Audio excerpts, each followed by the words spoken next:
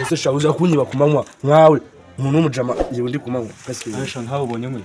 ese shanje ubonye nkubise urushyi kuko ntabwo kubise urushyi niko wabonye mukora mu mifu wawe nze mugaswera ntuzongere na ari gaswera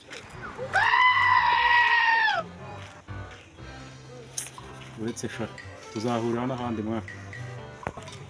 ariko mwana nahitinya itarungurutse kandi nongere ndebe yakabi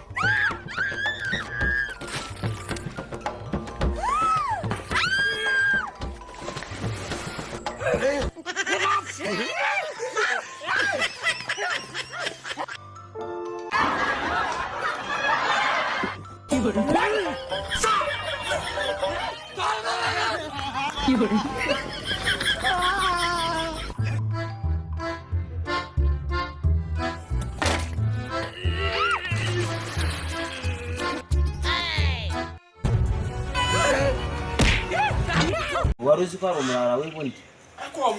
ndashana nakubona ni business bari kurya ko ubuzi kunyima ntabwo kambive mari uza gukikanya mujye mumenya bo muyoberaho shaka